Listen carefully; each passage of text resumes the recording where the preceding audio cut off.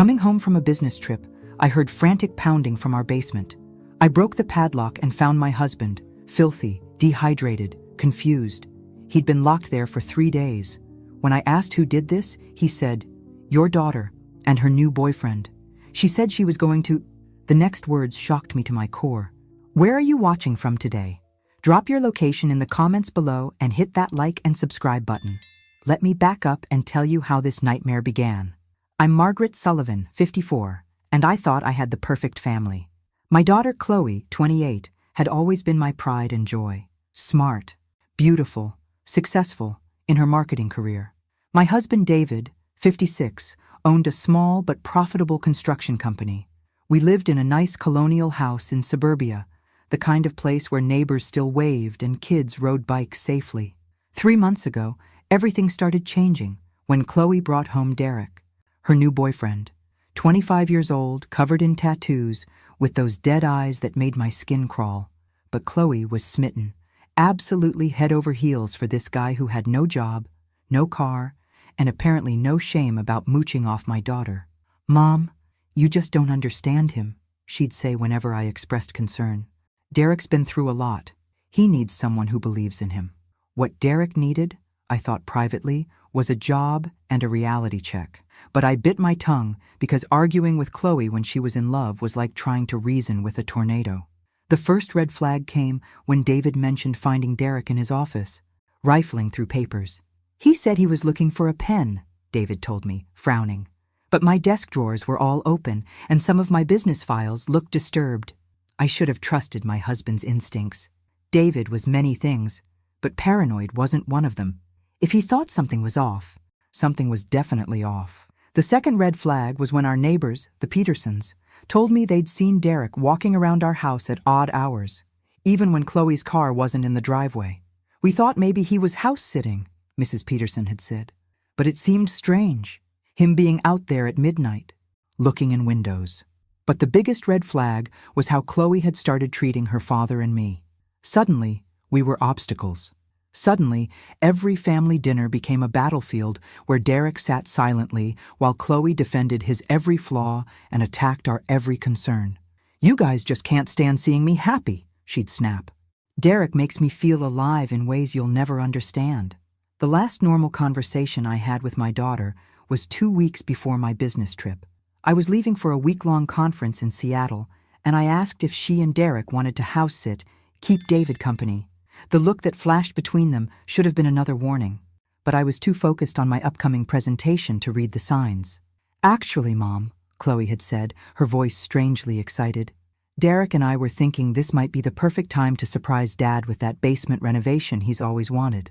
David had mentioned wanting to finish the basement for years. Turn it into a proper workshop. It seemed like such a thoughtful gesture from Chloe, a peace offering after weeks of tension. I should have known my daughter better. Chloe had never shown interest in construction projects or pleasing her father through manual labor. But I was so relieved they wanted to do something nice for David that I didn't ask the obvious questions. Like why Derek, who couldn't hold down a minimum wage job, was suddenly enthusiastic about home improvement. Or why Chloe, who once called a handyman to change a light bulb, was ready to tackle basement renovations. Instead, I kissed them goodbye, told David to enjoy his surprise, and flew off to Seattle, completely oblivious to the trap my own daughter was setting. The conference was a success. I gave my presentation on innovative marketing strategies to a packed auditorium, fielded questions from industry leaders, and even got approached about a potential job offer in New York. For one glorious week, I felt like more than just a suburban mom with a successful career. I felt powerful, respected, unstoppable. I tried calling David several times during the week, but the calls went straight to voicemail. I assumed he was busy with work or the basement project. I left cheerful messages about my presentation, about the beautiful Seattle weather, about how much I missed him and couldn't wait to see what he and Chloe had accomplished. Looking back, the silence should have terrified me. David always answered my calls. Always. In 22 years of marriage, I could count on one hand the number of times he'd missed my calls, and each time had a very good reason. This should have been reason 5. The flight home was delayed, turning my planned afternoon arrival into a red-eye return. I dragged my luggage through the front door at 2:47 a.m., exhausted but happy to be home. The house was dark, which seemed normal given the hour. I climbed the stairs quietly, not wanting to wake David. Our bedroom was empty. The bed was made, but it looked like it hadn't been slept in. David's side was perfectly smooth, his pillow undisturbed. My first thought was that he'd fallen asleep in his workshop, probably surrounded by the basement renovation supplies. I was actually smiling as I walked back downstairs, imagining finding him passed out in a chair, surrounded by scattered tools and building plans. I'd wake him gently, hear all about the progress they'd made, maybe even see the surprise they'd been working on all week. That's when I heard it, faint but desperate. Pounding, coming from below. The basement door was locked with a heavy-duty padlock I'd never seen before. The pounding was coming from directly beneath my feet, weak but persistent, like someone using their last reserves of strength. My heart started racing as a terrible understanding crept over me. I grabbed a hammer from the kitchen junk drawer and smashed that padlock with a fury I didn't know I possessed. What I found in that basement will haunt me for the rest of my life. David was chained to a support beam, wearing the same clothes I'd kissed him goodbye a week ago. His face was gaunt, his lips cracked, his eyes wild with desperation. A bucket in the corner told me everything I needed to know about the conditions he'd been kept in. "Oh God, David!" I rushed to him, my hands shaking as I tried to unlock the chains. "What happened? Who did this to you?" His voice was barely a whisper. "Your daughter, and that boyfriend of hers. They were going to what?" I demanded, finally freeing one of his wrists. That's when David said the words that changed everything. "They were going to bury me alive tomorrow morning. Make it look like I had a heart attack while working in the basement. Chloe said, she said you'd never have to know what really happened." I stared at him, certain I'd misheard. "That's impossible. Chloe would never—" "Margaret, listen to me." David grabbed my hands with what little strength he had left. "They've been planning this for months. Derek's done this before. Your daughter, our daughter, she wants us dead. Both of us." The words hit me like ice water. Both of us. The life insurance policies, the house, everything. But they needed you away first, needed to establish alibis. "Margaret, you're supposed to die in a car accident tomorrow night when you come home from your trip." My legs gave out. I sank onto the concrete floor, staring at my husband in disbelief. This had to be some kind of breakdown, some trauma-induced paranoia. Chloe might be difficult lately, but murder? My daughter was a marketing executive, not a killer. But as I looked around the basement, really looked, I saw things that made my blood freeze. A freshly dug section of floor, maybe 6 feet long and 3 feet wide. Bags of quicklime stacked in the corner. Heavy-duty tarps folded neatly on a workbench that definitely hadn't been there before my trip. "They were going to bury you here," I whispered. David nodded weakly. Derek bragged about it. Said he'd done this twice before, in other states. Said it was easier than you'd think to make someone disappear when their family was in on it. I helped David upstairs, my mind racing. Where were Chloe and Derek now? Did they know I was home early? How long did we have before they came back to finish what they started? As if reading my thoughts, David grabbed my arm.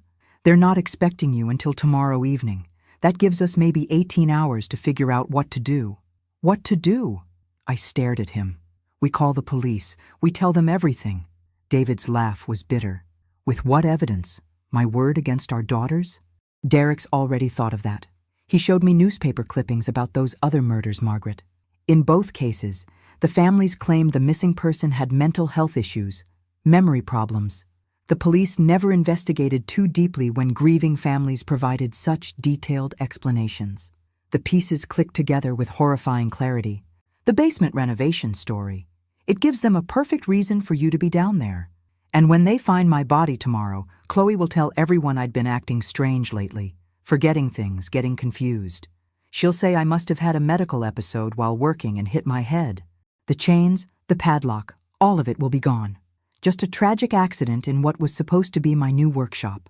I walked to the kitchen window, peering out at our quiet suburban street. Everything looked so normal. The Petersons' porch light was on, just like always. The newspaper delivery truck was starting its early morning rounds. How could such evil be lurking in a place where children still drew hopscotch squares on sidewalks? Where are they now? I asked. Derek has an apartment across town. Chloe's been staying there all week, establishing their alibi. They check on me every few hours, just to make sure I'm still alive, but not comfortable. David's voice hardened. Your daughter seems to enjoy watching me suffer. The woman he described couldn't be my Chloe, not the little girl who used to make me breakfast in bed on Mother's Day, or the teenager who cried when she accidentally stepped on a butterfly. But then I remembered the changes I'd seen in her lately.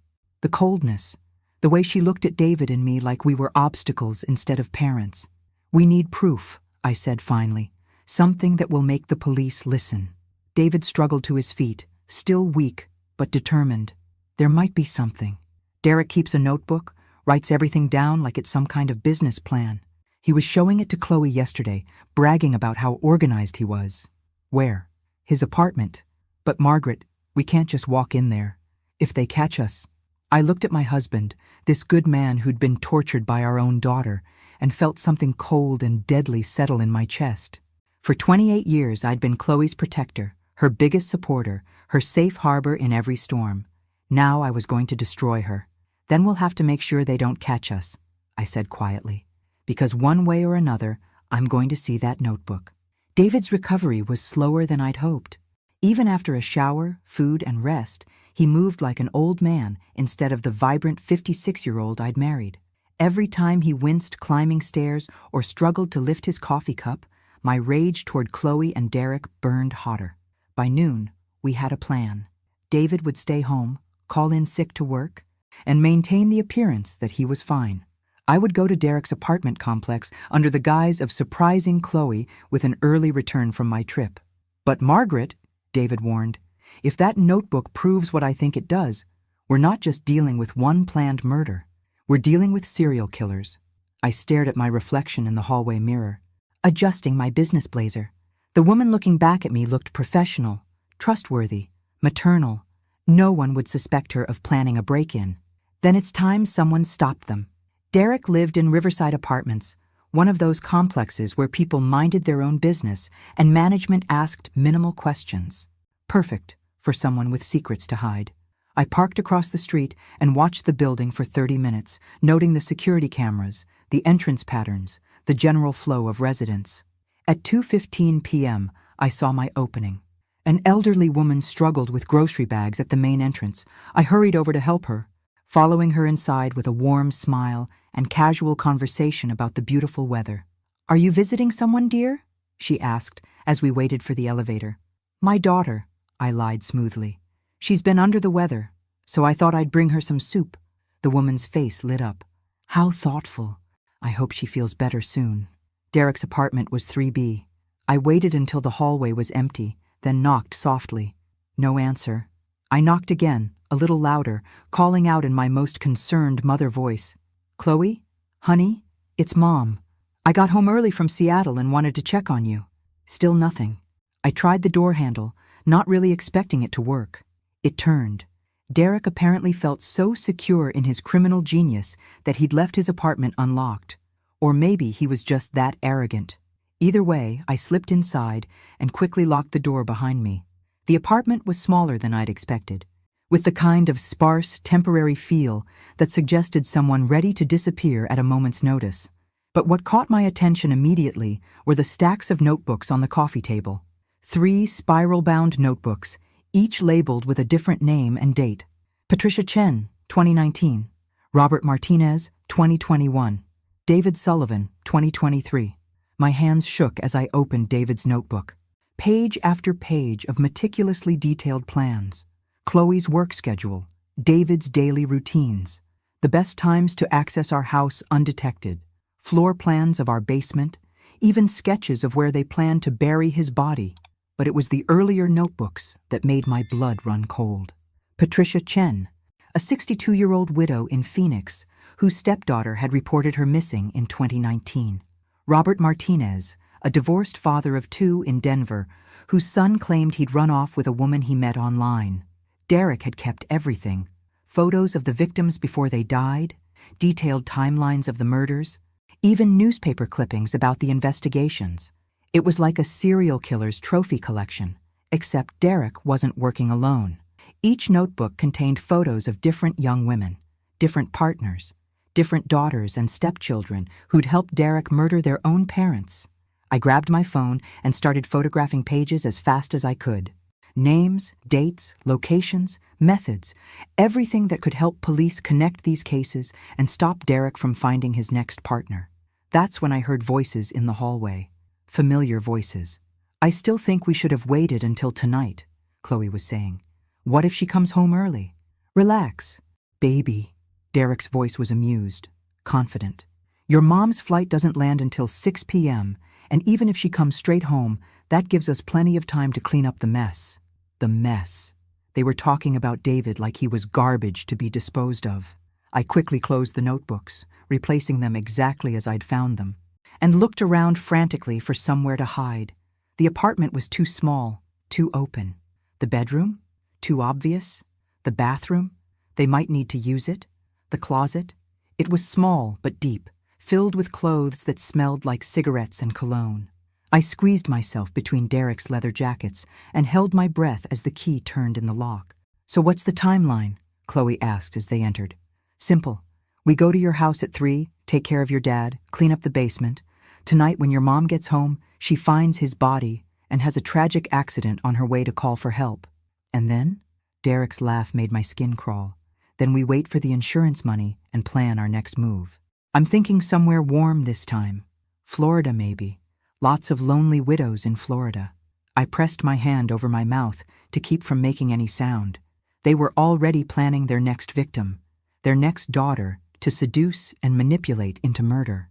"I can't believe I'm actually doing this," Chloe said, her voice smaller now. "Having second thoughts?" Derek's tone turned cold. No, of course not. It's just, he's my dad, you know? Your dad who never believed in you. Your dad who treats you like a child. Your dad who's standing between you and the life you deserve." I wanted to scream. David adored Chloe. He'd worked overtime for years to pay for her college, celebrated every promotion, bragged about her accomplishments to anyone who'd listen. How had Derek twisted that love into something ugly? "You're right," Chloe said finally. "He never really saw me as an adult. And Mom's even worse, always trying to protect me from making my own decisions. After today, baby, you'll never have to worry about anyone controlling your life again." They were quiet for a moment, and I heard rustling sounds. Maybe Derek gathering supplies from somewhere in the apartment. "What about the other families?" Chloe asked suddenly. "The ones in your notebooks. Did they ever figure out what really happened?" Patricia's stepdaughter moved to California with her inheritance. Never looked back. Roberto's son bought a house in Vegas. Also never looked back. Families are funny, Chloe. When someone dies and leaves money behind, people aren't as eager to ask uncomfortable questions as you might think. And if they did ask questions, then they'd have accidents too. The casual way he said it, like discussing the weather, made my blood freeze. How many people had Derek killed? How many families had he destroyed? "Okay," Derek said finally. "Time to go finish this. You ready?" "I'm ready." I waited until I was sure they were gone, then slipped out of the closet and immediately called David. "They're coming," I whispered urgently. "Right now. They're coming to kill you." "Get out of the house," I told David as I ran to my car. "Go to the police station. Go anywhere. Just get out now." "What about the evidence? The notebooks?" I was already backing out of the parking space, my hands shaking on the steering wheel. "I have photos. Dozens of them. We have everything we need." But I was wrong. As I raced through suburban streets, running red lights and praying no cops would stop me, I realized we had photographs of notebooks that could disappear at any moment. We had David's testimony about being imprisoned, but no physical evidence of the chains or padlock. We had my word that I'd seen burial preparations in our basement, but those could be cleaned up in minutes.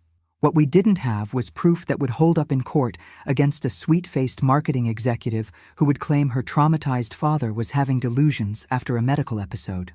I called Detective Sarah Morrison, a family friend who'd gone to high school with me. "Sarah, I need you to meet me at my house right now. It's a matter of life and death." "Margaret, what's wrong?" "My daughter is trying to murder her father. And me. I have evidence, but you need to see it now before they destroy it." There was a pause. Margaret, are you feeling all right? Maybe you should come to the station and we can— Sarah, please, I know how this sounds, but I'm begging you. Just meet me at my house. If I'm wrong, if I'm crazy, then arrest me for filing a false report. But if I'm right and you don't come, David will be dead by tonight. Something in my voice must have convinced her. I'm 10 minutes away. I pulled into my driveway just as Derek's beat-up Honda was pulling out. Through the windshield, I could see Chloe in the passenger seat, her face pale but determined. When she saw me, her eyes went wide with panic. Derek hit the gas, squealing out of the neighborhood. But I'd seen enough. They were running, which meant they'd probably finished whatever they'd come to do. I found David in our kitchen, very much alive but holding a bloody kitchen towel to his forearm. What happened? They came to finish the job, he said grimly. But I was ready for them. When Derek came at me with a syringe, I fought back, managed to cut my arm on broken glass, but I got the syringe away from him. He handed me a plastic bag containing a syringe filled with clear liquid. Evidence. Detective Morrison arrived just as David was explaining how Chloe had stood watch, while Derek tried to inject him with what they claimed was a quick and peaceful way to die. They panicked when I fought back, David continued. Started arguing about whether to just beat me to death and make it look like a home invasion. That's when Chloe saw you pulling in and they ran. Sarah listened to our story with the practiced skepticism of a 20-year police veteran. But when I showed her the photographs from Derek's notebooks, her expression changed completely. These other victims, she said, studying the images. Patricia Chen was one of our cold cases. We never found enough evidence to prove what happened to her.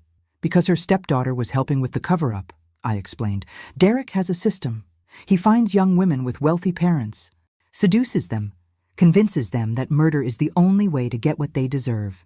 And you think your daughter— I know my daughter is planning to kill us both for the insurance money. The question is, are you going to help us stop her? Sarah made several phone calls, dispatching units to Derek's apartment and putting out a BOLO alert for Chloe and Derek. But I knew they were long gone. Derek was too experienced to stick around after a failed murder attempt. What's the life insurance situation? Sarah asked. David and I exchanged glances. $2 million each, I admitted. We updated our policies last year when David's business expanded. And Chloe is the sole beneficiary? We thought we were being responsible parents, making sure she'd be taken care of if anything happened to us. Sarah shook her head. Instead, you painted targets on your backs. While Sarah coordinated with other detectives, I found myself staring at the basement door. I need to show you something else. The basement was exactly as I'd left it after freeing David. The fresh grave, the lime, the tarps. Everything Derek needed for a quick burial and body disposal. Jesus, Sarah breathed. They really were planning to bury him alive. The question is, what happens now? I asked. They know we're on to them. They know we have evidence. What's to stop them from disappearing and finding new victims? Sarah's radio crackled with an update from the unit searching Derek's apartment. Detective Morrison, apartment is empty. Looks like they cleared out in a hurry, but we found something interesting. What? More notebooks. Looks like they had plans for at least 6 more potential victims, all young women with wealthy parents. This guy's been running a murder recruitment service. I felt sick. How many other daughters had Derek poisoned against their parents? How many other families were in danger right now? There's something else, the officer continued. We found airline tickets, 2 one-way flights to Mexico City, departing tonight at 11:47 p.m. Sarah looked at her watch. It's 4:30 now. If we move fast, we can catch them at the airport. But I had a better idea, a more permanent solution to the Derek problem. Sarah, what if they never made it to the airport? She looked at me sharply. Margaret, whatever you're thinking, I'm thinking that Derek has killed at least 3 people, maybe more. I'm thinking he's turned my daughter into an accomplice to attempted murder. And I'm thinking the justice system has a funny way of letting people like Derek slip through the cracks. You're talking about vigilante justice. I'm talking about protecting other families from what he did to mine. David put his hand on my shoulder. Margaret, I know you're angry. I'm angry too. But we have to do this the right way. The right way. The way that would put Derek in prison for maybe 10 years while my daughter served even less time for being a manipulated accomplice. The way that would let Derek eventually get out and find new victims. The way that prioritized legal procedures over justice. You're right, I told David. though I was already forming a different plan. We should definitely do this the right way. But as Sarah coordinated the airport stakeout and David gave his official statement, I was thinking about those airline tickets. About how easy it would be to intercept two desperate fugitives before they reached Mexico. Some things were too important to leave to the justice system. Sarah's airport stakeout was a bust. Chloe and Derek never showed for their flight, which meant they either had backup travel plans or were hiding somewhere local until the heat died down. Smart money says they're long gone, Sarah told me over coffee the next morning. Derek's done this before. He knows how to disappear. But I wasn't convinced Derek was gone. He'd invested too much time and effort in Chloe to just abandon her. More importantly, he'd left behind his precious notebooks, his trophies. Men like Derek didn't abandon their trophies without a fight. What if he's not running? I suggested. What if he's regrouping? Regrouping for what? Think about it. He spent months planning our deaths. $2 million in life insurance, a house worth $400,000, David's business assets. That's not the kind of score someone like Derek walks away from easily. Sarah frowned. You think he'll try again? I think Derek's ego won't let him accept defeat. And I think my daughter is in way more danger than she realizes. Over the next 3 days, I played the role of grateful survivor. I gave interviews to local news stations about the importance of trusting your instincts when family members start acting strangely. I thanked the police department publicly for their quick response. I hugged David in front of cameras and talked about how fortunate we were to still be alive. But privately, I was hunting. Derek had made one crucial mistake in his rush to escape our house. He'd dropped his cell phone while fighting with David, and it had slid under our kitchen island. Sarah's team had bagged it as evidence, but not before I'd memorized his contact list. 12 names, all women between 22 and 30, all with names like Ashley, Madison, Brittany, all potential accomplices or future victims. I started with Ashley Chen, Patricia Chen's stepdaughter from Phoenix. According to Derek's notebooks, Ashley had helped him murder her stepmother in 2019. If Derek was following his usual pattern, he'd maintain contact with his successful accomplices. Ashley answered on the third ring. Hello? Ashley, this is Margaret Sullivan. I think we need to talk. There was a long pause. I don't know anyone by that name. Sure you do. I'm David Sullivan's wife, the man your boyfriend Derek tried to murder 3 days ago. The silence stretched so long, I thought she'd hung up.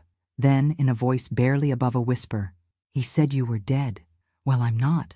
And unless you want to join Derek in federal prison, I suggest we meet. 2 hours later, I sat across from Ashley Chen in a coffee shop in downtown Phoenix. She was everything I'd expected Derek to be attracted to.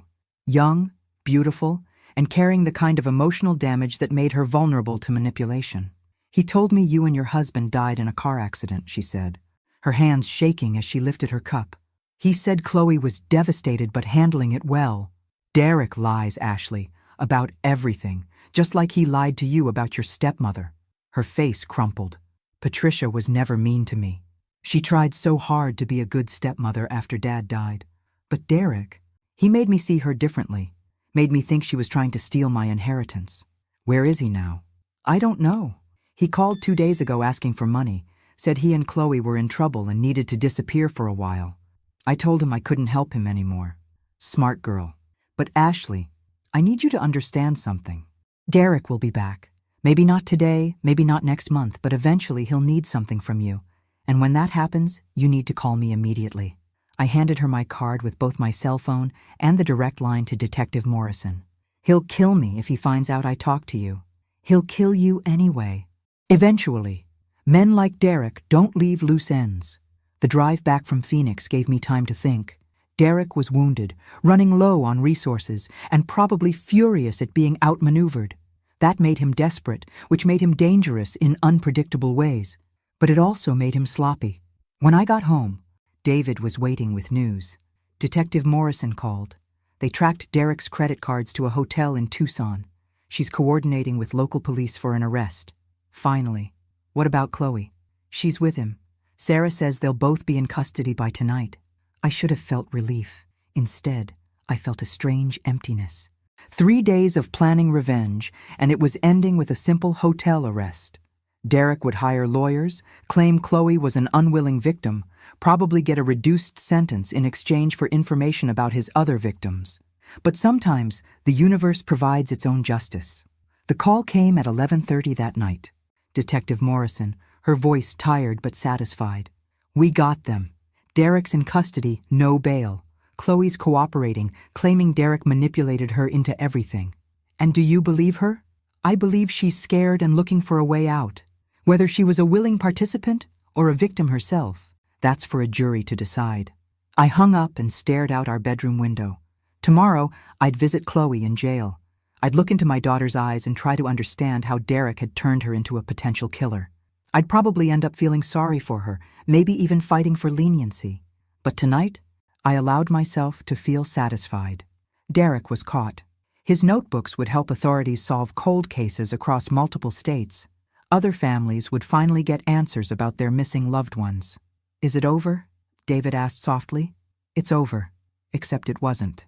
Because 3 weeks later, while Derek sat in county jail awaiting trial, Ashley Chen's body was found in her Phoenix apartment. Single gunshot to the head, execution style. And according to the medical examiner, she'd been dead for at least 5 days. Which meant Derek had killed her before I'd ever met with her in that coffee shop. Which meant someone else had been impersonating Ashley during our conversation. Someone who now knew exactly who I was and how much I'd learned about Derek's operation. The realization that I'd been talking to an imposter hit me like ice water. If Ashley Chen had been dead for days before our meeting, then whoever I'd met in Phoenix was part of Derek's network. Someone who knew about the murders, the notebooks, the whole operation. Someone who was still free. I called Detective Morrison immediately. "Sarah, we have a problem." "Margaret, it's 2 a.m. What's—" "Ashley Chen is dead. Has been for days." Which means the woman I met with wasn't Ashley. The silence on the other end told me Sarah was processing the implications as quickly as I was. "Are you sure?" "Phoenix PD found her body in her apartment. Medical examiner says she died last Tuesday. I met with Ashley on Friday." "Jesus, that means Derek's organization is bigger than we thought, and they know I'm investigating them." Within an hour, Sarah was at our house with 2 other detectives and a security specialist. Our phones were being monitored, our house was under surveillance, and David and I were officially under police protection. "The woman you met with?" Detective Rodriguez asked, reviewing my statement for the 3rd time. "Describe her again." Mid-20s brunette, about 5'6", nervous, kept checking her phone. Said she lived in Phoenix, but her accent sounded more East Coast. "Any distinguishing features?" I closed my eyes, trying to remember details. A small scar on her left hand, between her thumb and index finger, and she wore a silver bracelet with what looked like initials. "Did you see what the initials were?" "MS, I think. Or maybe MR." Sarah and Rodriguez exchanged glances. "Margaret, we need you to look at some photos." They spread out pictures of young women, all roughly the same age and build as the fake Ashley. But one face made my blood freeze. "That's her. That's the woman I met with." "Her name is Miranda Torres," Rodriguez said grimly. "She's Derek's actual partner, not one of his victims, his equal. They've been working together for at least 5 years." The pieces clicked together with horrifying clarity. Derek wasn't just a serial killer who seduced vulnerable daughters. He was part of a team. Miranda would scout potential victims while Derek handled the actual recruitment and murder. "How many families have they destroyed?" I asked. "We're still connecting the dots, but we think at least 15 families across 7 states. 15 families. That meant Miranda Torres was potentially more dangerous than Derek, because she was the one who never got her hands dirty directly. She was the one who could disappear completely while Derek took the fall. Where is she now? Unknown. But Margaret, you've created a problem for their operation. You're the first intended victim who survived and gathered evidence. Miranda will want to eliminate that threat. So what do? We wait. We monitor communications. We follow every lead, and we keep you safe until we can track her down. Waiting wasn't in my nature. Over the next week, while David went back to work under police protection and I tried to maintain some semblance of normal life, I was actually planning. Miranda Torres had made a crucial mistake in meeting with me. She'd revealed that Derek's organization was still active, still hunting, But more importantly, she'd shown me that they were worried enough about my evidence to risk direct contact. That meant they needed something from me. And people who need something can be manipulated. I started with Derek's contact list, the one from his dropped phone. If Miranda was his partner, she'd be communicating with the same network of accomplices and potential victims. I began calling every number, posing as a social worker following up on family welfare cases. Most calls went nowhere. Wrong numbers, disconnected lines, people who had no idea what I was talking about. But 3 calls got interesting responses. "I already told the other lady I don't need any services," said a young woman in Denver. "The one who called last week asking about my stepfather." "Other lady?" "Yeah. She said she was from some kind of victim support group for people dealing with difficult family relationships. But something about her seemed off. Miranda was still hunting, still looking for vulnerable daughters with wealthy parents." The second interesting call was to a number registered to someone named Jennifer Walsh in Miami. But when I called, the woman who answered had a distinctly different accent than what I'd expect from someone living in Florida. "Jennifer's not available," the woman said quickly. "Can I take a message?" "This is about the family consultation services. Jennifer expressed interest in our program for adult children dealing with inheritance conflicts." "Oh, yes, she's very interested. When can someone meet with her?" I scheduled a meeting for the following week, knowing I'd found another member of Miranda's network. But the third call was the jackpot. The number was registered to a Michael Santos in Las Vegas. When I called, Miranda Torres answered the phone. "Hello, this is Margaret Sullivan," I said sweetly. "I believe we met in Phoenix last week to discuss Ashley Chen's situation." The silence lasted so long, I thought the call had dropped. "Miss Sullivan," Miranda said finally, her voice ice cold. "I was wondering when I'd hear from you again." "I'm sure you were. Now let's talk about what you really want." "What I want is for you to stop interfering with things you don't understand." "I understand perfectly. You and Derek have been murdering parents for their money. You recruit their own children to help. And now you're worried I'm going to expose your entire operation. You have no idea what you're dealing with. Then why don't you explain it to me? Face to face this time. No more hiding behind dead women's identities." Another long pause. Then, "You want to meet? I want to end this, one way or another. Tomorrow, 2 p.m. There's a warehouse district on the east side of town near the old textile mill. Come alone. And if I don't, then your husband dies. Your neighbors die. Anyone who's helped you dies. This ends tomorrow, Miss Sullivan. The only question is whether it ends with just your death or a lot more." She hung up. I sat staring at my phone, my heart racing. I'd just arranged a meeting with a serial killer who'd already proven she could eliminate anyone she saw as a threat. But I'd also just given her exactly what she wanted, a chance to end the problem permanently. The question was, did she realize I was giving her the opportunity to walk into a trap? I didn't tell David about the meeting. I didn't tell Detective Morrison. I didn't tell anyone, because what I was planning wasn't exactly legal. Miranda Torres had killed at least 15 people and was actively hunting for more victims. The justice system would give her lawyers, appeals, maybe even a plea deal in exchange for testimony about Derek's other crimes. She'd serve 20 years, get out in her 40s, and probably start killing again. That wasn't acceptable. At 1:45 p.m. the next day, I parked 3 blocks from the abandoned textile mill and walked to the meeting site. I wore a wire that Detective Morrison didn't know about, one I'd purchased from a private investigator downtown. Whatever happened in that warehouse, there would be a recording. The building was exactly what I'd expected from a serial killer's choice of meeting place. Isolated, crumbling, with multiple exits and plenty of space for disposing of bodies. Miranda had clearly done this before. I found her waiting in what used to be the main factory floor, surrounded by rusted machinery and broken windows that cast strange shadows in the afternoon light.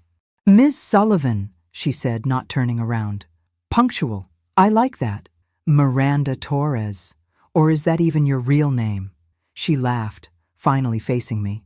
In person, she was smaller than I'd expected, maybe 5'4", with the kind of forgettable face that would be perfect for her line of work. "My real name isn't important. What's important is what happens next. What happens next is you tell me about the other victims, all of them, and then you turn yourself in. Or I publish everything I know about your operation. Derek's notebooks, the connection to Ashley Chen's murder, the names of your other accomplices. I've got enough evidence to destroy your entire network. Miranda smiled. Ms. Sullivan, I think you're confused about who has the power here. She pulled out her phone and showed me a live video feed. David was in our kitchen, making coffee, completely unaware that someone was filming him through our window. It would be so easy, Miranda continued. A break-in gone wrong. Your husband fights back, gets killed for his trouble. Very tragic. You're bluffing. Am I? She tapped her phone, and I watched David answer his cell. David, this is Miranda. I'm a friend of your wife's. She's asked me to tell you that she's running late, and you should wait for her in the kitchen. I could see David through the video feed, looking confused but compliant. He hung up and returned to the kitchen, positioning himself directly in the cameraman's line of sight. One phone call, Miranda said. That's all it takes. But I'd come prepared for this possibility. Before you make that call, you might want to check the news. Miranda frowned, but pulled up a local news website on her phone. The headline made her face go pale. Serial Killer Network Exposed. Documents link local murder attempt to cold cases nationwide. I didn't wait for our meeting to release the evidence, I explained. This morning's newspaper has a full expose about Derek's operation. Your photo is on the front page as his suspected accomplice. By tonight, every police department in the country will be looking for you. You bitch. Oh, that's not even the best part. I also contacted the FBI's Financial Crimes Unit about the insurance fraud angle. Turns out murdering people for their life insurance policies is a federal crime. Even if you killed David right now, you'd never be able to collect a penny without triggering a federal investigation. Miranda's confident facade was cracking. You think this ends with Derek and me? We're part of something much bigger. I'm counting on it, because every person you give up is another life sentence off your eventual conviction. There won't be a conviction. I'll be long gone before. Where are you going to go, Miranda? Your face is all over the news. Your fingerprints are in the system now. Every border crossing, every airport, every bus station is going to have your photo. She stared at me, probably calculating her remaining options. Run and spend the rest of her life hiding. Or fight, and probably die in a shootout with police. There is a third option, I said quietly, which is, you help me find the other victims. You give me names, locations, evidence, everything you know about the families Derek targeted. In exchange, I'll recommend that prosecutors consider a cooperation agreement. Why would you do that? Because 15 families deserve to know what happened to their loved ones. And because you're more useful to them alive than dead. Miranda was quiet for a long moment, considering. Then she pulled out her phone again. But instead of calling her accomplice watching David, she dialed 911. This is Miranda Torres. I'm wanted in connection with multiple murders across 7 states. I'm ready to surrender, but I'll only talk to FBI agent Sarah Chen, and I want full immunity in exchange for everything I know about the organization. She looked at me while the dispatcher confirmed her location. Agent Chen is Derek's victim, Patricia Chen's niece. She's been hunting us for 4 years. The pieces clicked together one final time. This wasn't just about random serial killers or even organized crime. This was about something much more personal. Derek didn't just kill Patricia Chen, I realized. He killed a federal agent's family. Patricia was FBI, retired, but once FBI, always FBI. Sarah Chen has been tracking Derek's network as a personal mission since 2019. And you just handed yourself over to her. Miranda smiled grimly. Better a federal prison than a shallow grave. Besides, Derek always said the organization was too big to take down. We'll see about that. As police sirens approached the warehouse, I realized I'd been wrong about something crucial. Miranda Torres wasn't just Derek's partner or even a fellow serial killer. She was an undercover federal agent who'd been infiltrating the murder network for years, and I'd just blown her cover. You're FBI? I stared at Miranda in shock as police cars surrounded the warehouse. Agent Miranda Torres, Financial Crimes Unit. I've been undercover for 3.5 years trying to identify the full scope of this murder network. My mind reeled. But you tried to meet with me in Phoenix. You threatened David. I was trying to protect you. When you started digging into Derek's contacts, you put yourself and every other undercover agent in danger. Meeting with you in Phoenix was my way of assessing how much you knew and whether we could trust you. Trust me? You let me think you were a serial killer. Because I needed to know if you'd go to the media, compromise the investigation, or get yourself killed by trying to play detective. The approaching sirens were getting louder. Miranda quickly pulled out an FBI badge and held it up as the first officers entered the warehouse. "Federal agent," she called out. "I need to speak with Detective Sarah Morrison immediately." Within minutes, the warehouse was full of local police, FBI agents, and crime scene technicians. I found myself sitting on a loading dock, trying to process what I'd learned. Agent Sarah Chen arrived 40 minutes later. She was younger than I'd expected, maybe mid-30s, with the kind of intensity that came from personal investment in a case. "Miss Sullivan," she said, sitting beside me, "Agent Torres tells me you've been conducting your own investigation." "I was trying to save my family. I understand. And you did excellent work. The notebooks you photographed gave us crucial evidence we'd been missing for years." "Evidence of what exactly?" Agent Chen pulled out a tablet and showed me a complex organizational chart. The murder network isn't just Derek and Miranda. It's at least 30 people across 12 states. They call themselves the Inheritance Club. The chart showed connections between dozens of names, with Derek's photo at the center of one branch and several other photos leading their own branches. Each branch leader, like Derek, recruits and trains accomplices, usually young women with family money issues. They provide them with fake identities, legal documents, and most importantly, targets. Targets? Wealthy parents and step-parents whose children might be vulnerable to manipulation. The organization does extensive research, financial records, family dynamics, psychological profiles. By the time someone like Derek approaches a potential accomplice, they know exactly which emotional buttons to push. I studied the chart more closely. How many people have they killed? We've confirmed 87 murders over the past 8 years, but we think the real number is closer to 150. The magnitude was staggering. And Chloe? Your daughter was recruited by Derek approximately 4 months ago. They'd been watching your family since last year, mapping your routines, David's business assets, your insurance policies. But why Chloe specifically? Agent Chen's expression softened. Your daughter has been struggling financially. Student loans, credit card debt, a salary that doesn't match her lifestyle expectations. The organization specifically targets young adults under financial pressure who have parents with substantial assets. So this was never about love. Derek never cared about Chloe at all. Derek is a sociopath who views human beings as tools. Your daughter was simply the most efficient tool for accessing your family's wealth. The realization hit me like a physical blow. Everything Chloe had said about Derek making her feel alive, about finding someone who understood her, had been carefully calculated manipulation. Where is she now? County jail? Cooperating with our investigation. Ms. Sullivan, your daughter is a victim here too. Derek used sophisticated psychological manipulation techniques to convince her that murdering you and David was not only justified, but necessary for her survival. Will she be prosecuted? That depends on several factors. How much she knew about Derek's other crimes, whether she took any independent actions to harm you or David, her willingness to testify against other members of the organization. Agent Torres approached us, no longer playing the role of cold-blooded killer. Miss Sullivan, I owe you an apology and an explanation. I'm listening. When you contacted Ashley Chen's number, you actually reached me. I'd been using her identity to communicate with other cells in the organization.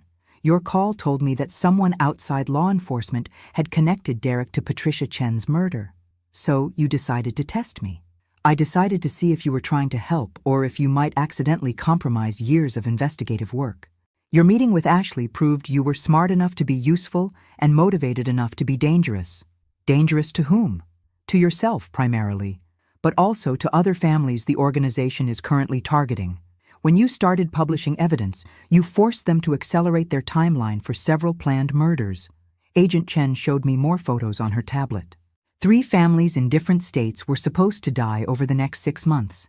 Thanks to your evidence, we were able to warn them and take the assigned killers into custody. So I helped? You saved at least 6 lives. But you also put Agent Torres's cover at risk and nearly got yourself killed in the process. I looked at Miranda Torres. This woman who'd terrified me for days. How long will it take to round up the entire network? We arrested 15 people yesterday. With Derek and Miranda's cooperation, we expect to arrest another 20 within the week. The organization's leadership structure is complex, but we've been mapping it for years. And the families who lost loved ones will finally get answers and justice. As the afternoon wore on, I gave detailed statements to multiple agents and detectives. I turned over all the evidence I'd gathered, answered questions about Chloe's behavior patterns, and provided character references for David and myself. But the question that haunted me was what happened next. Derek would spend the rest of his life in federal prison. The organization he'd worked for would be dismantled. Other families would get closure. And Chloe, my daughter who'd been turned into a potential killer by expert psychological manipulation? Ms. Sullivan, Agent Chen said as we wrapped up, there's something else you should know about your daughter. What? The night Derek tried to inject David with that syringe, Chloe called 911. I stared at her. What? The call was disconnected before she could speak to anyone, but we have the recording. She dialed 911 and said, "I think someone's going to get hurt," before Derek took the phone away from her. She was trying to stop it? At the last minute. Yes, Derek's manipulation was powerful, but it wasn't complete. Some part of your daughter was still trying to save her father. For the first time in weeks, I felt something other than rage when I thought about Chloe. Maybe there was hope for rebuilding our relationship after all. Maybe some betrayals could be forgiven, if not forgotten. 3 days later, I sat in a sterile conference room at the county jail, waiting to see Chloe for the first time since she'd tried to help Derek kill us. My hands were steady, but my heart was racing. When they brought her in, I barely recognized my daughter. She'd lost weight. Her face was pale, and her eyes had the hollow look of someone who'd seen too much. But when she saw me, she broke down completely. "Mom, I'm so sorry. I'm so sorry." I wanted to stay angry. Part of me wanted to make her suffer the way David and I had suffered. But looking at this broken young woman, I saw my little girl who used to crawl into my bed during thunderstorms. "Tell me what happened, Chloe." All of it. Through tears, she told me about Derek's gradual manipulation, how he'd started by listening to her complaints about money, about feeling like David and I didn't respect her independence, how he'd slowly convinced her that we were controlling her life, holding her back from her potential. He said you guys would never let me grow up, never see me as an adult capable of making my own decisions. He made it sound like you were the enemy. And the murder plan? Chloe's voice dropped to a whisper. He said it would look like an accident, that Dad would just go to sleep and not wake up, and you'd have a quick car accident coming home from your trip. He promised no one would suffer. But you knew what you were doing, Chloe. You helped him chain your father in that basement. I know how terrible it sounds. But Derek, he made everything seem so logical. He said Dad would be fine for a few days, that we just needed him out of the way while we set up the accident scene. He said you'd never even know Dad had suffered. And when did you realize it was wrong? Chloe wiped her eyes, leaving mascara streaks on her cheeks. When I saw Dad's face in that basement, when I realized how terrified he was. Derek had told me Dad would be unconscious for most of it, but he was awake, and he was begging me to help him. But you didn't help him. I was scared of Derek by then. He'd started getting violent when I questioned anything. He hit me twice that week when I asked if we were sure about the plan. I felt a familiar surge of protective anger. He hit you? That's when I knew I'd made a terrible mistake. But I didn't know how to get out of it. Derek said if I backed out, he'd tell everyone I'd been the one planning everything. He had recordings of me agreeing to the plan, photos of me helping with the basement preparations. So you were trapped. Until that last night, when Derek actually pulled out that syringe, when I saw him moving toward Dad with it. I couldn't let it happen. I tried to call 911, but Derek heard me and grabbed the phone. Agent Chen told me about the call. You talked to the FBI?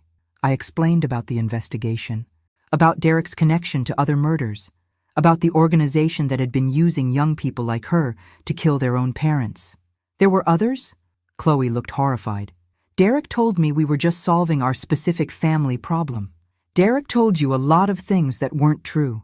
We sat in silence for several minutes. Then Chloe asked the question I'd been dreading. Do you think you can ever forgive me? I don't know, I answered honestly. What you did, what you planned to do, it's going to take time for me to process, for David to process. Is Dad okay? Really okay? Physically, yes. Emotionally, He's struggling. It's hard to trust anyone when your own child has tried to kill you. Fresh tears started down Chloe's face.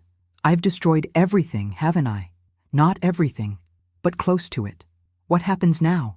To me, I mean. That depends partly on you. The prosecutor is offering a plea deal if you testify against Derek and provide information about any other organization members you might have met. I'll do it. I'll testify against anyone you want.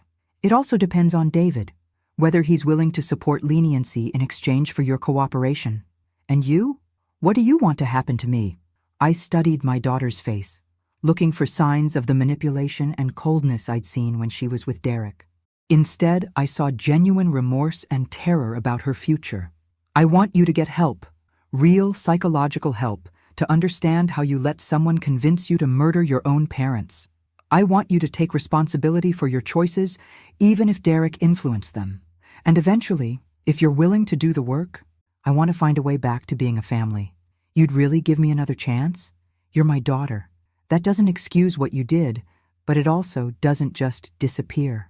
When I left the jail that afternoon, I felt emotionally drained but oddly hopeful. Chloe wasn't the same person Derek had turned her into. The manipulation was real, the psychological damage was real, but so was her remorse. David was waiting for me at home with news. Agent Chen called. Derek pled guilty to all charges in exchange for life in prison instead of the death penalty. He's also providing names and locations for the entire organization. What about Chloe? Manslaughter charges reduced to conspiracy and fraud. If she testifies and completes a psychological rehabilitation program, she could be out in 3 to 5 years. And how do you feel about that? David was quiet for a long time. I feel like our daughter was a victim too. A victim who almost became a killer, but still a victim. If she's willing to get help, if she's willing to take responsibility, maybe we can find our way back. That night, as we sat on our back porch watching the sunset, David asked me something that had been bothering him. Do you think we failed as parents? Made Chloe vulnerable to someone like Derek? I think we did the best we could with what we knew at the time. And I think Derek was an expert at finding and exploiting vulnerabilities that every young adult has.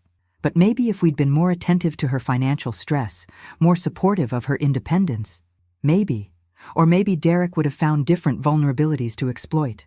We can't change what happened, David. We can only decide how we move forward. 2 weeks later, we attended Derek's sentencing. He showed no remorse, no emotion, as the judge sentenced him to life in prison without possibility of parole. But when Chloe took the witness stand to testify about his manipulation techniques, I saw something I hadn't expected. I saw my daughter fighting back. 6 months after Derek's sentencing, David and I sat in a family therapy session with Chloe, who was completing her court-mandated psychological rehabilitation.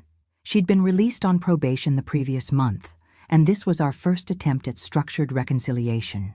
Chloe, the therapist said gently, can you tell your parents what you've learned about Derek's manipulation techniques? My daughter looked older than her 28 years, more serious, but also clearer somehow.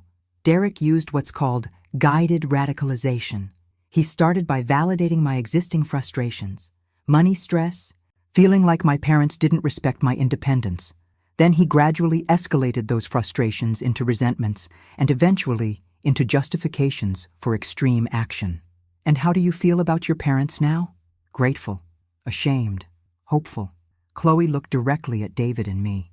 I understand now that everything Derek told me about you guys was designed to isolate me from my support system. You weren't trying to control me, you were trying to protect me, and I almost destroyed that protection forever. David leaned forward. Chloe, I need you to understand something. What happened in that basement? The fear I felt. That's going to take time for me to process. But I also need you to know that I love you, and I want to find a way back to trusting you. I know I have to earn that trust back, maybe for the rest of my life. Maybe, I said, but you're willing to do the work, and that matters. After the session, the 3 of us went to lunch together. It was awkward, careful, but it was a start. Chloe told us about her new job at a nonprofit helping other families affected by financial fraud. She'd found purpose in using her experience to prevent others from falling victim to similar manipulation. The FBI asked me to consult on their training materials, she said. Help them understand how someone like Derek can turn family love into a weapon. Are you comfortable with that? David asked. I think it's important. There are other organizations like Derek's still operating. If my story can help identify and stop them, then maybe something good can come from all this. Over the following months, our family slowly began to heal. Chloe attended therapy twice a week, completed her community service, and gradually rebuilt relationships with her old friends who'd been concerned about Derek from the beginning. David and I went to couples counseling to process our own trauma from the experience.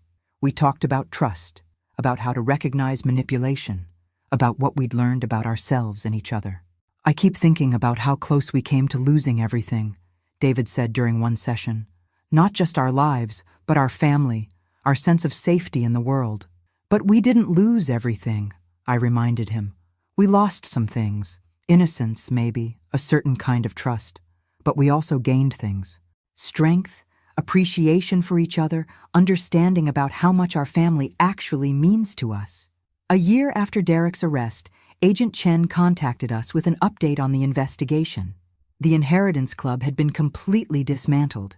47 people were convicted in connection with the organization, and over 100 murders had been solved across 15 states. Your evidence was crucial, she told us. Those notebook photographs led us to witnesses and accomplices we never would have found otherwise. What about the families, the ones who lost people?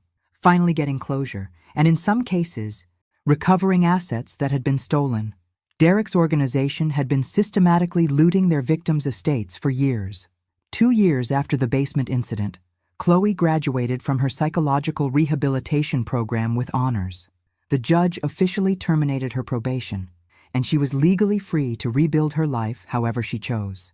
She chose to stay close to home.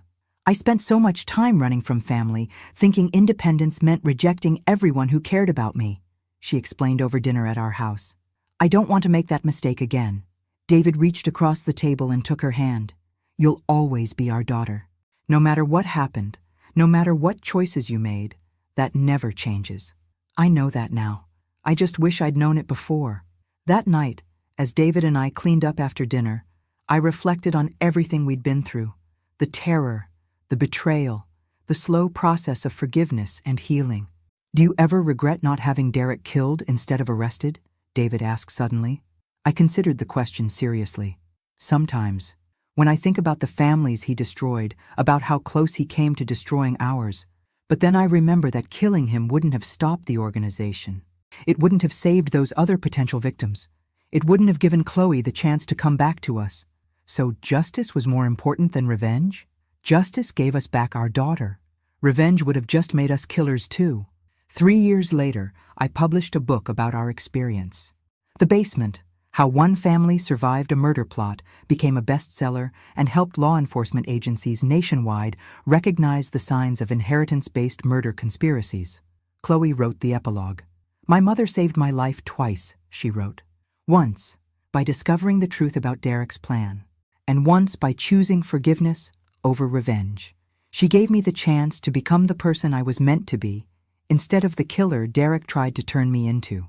Not every family gets that second chance. I'm grateful every day that mine did. Derek died in federal prison 18 months later, stabbed by another inmate who'd lost his own family to a similar inheritance murder scheme. I felt no satisfaction in his death, only relief that he could never hurt another family. Miranda Torres left the FBI and now works as a consultant, helping families recognize the signs of financial manipulation and inheritance fraud. She sends us a Christmas card every year, thanking us for our inadvertent assistance in bringing down the most sophisticated murder network in modern American history. And Chloe? Chloe is engaged to a social worker she met through her nonprofit work, someone who knew her whole story before he fell in love with her, who understands both her capacity for being manipulated and her strength in fighting back from it. Their wedding is next month. David will walk her down the aisle, and I'll probably cry through the entire ceremony. But they'll be tears of joy this time. Tears for a family that refused to let evil destroy what we'd built together. Tears for a daughter who found her way back from the darkness. Some stories end with revenge. Some end with justice. Ours ended with love. Because sometimes love really is stronger than betrayal. And sometimes the most powerful thing you can do to defeat evil is to refuse to let it turn you into something you're not. Derek wanted to destroy our family. Instead, he taught us how precious that family really was. And in the end, that made us stronger than any manipulation could ever make us weak. Thanks for listening. Don't forget to subscribe and feel free to share your story in the comments. Your voice matters.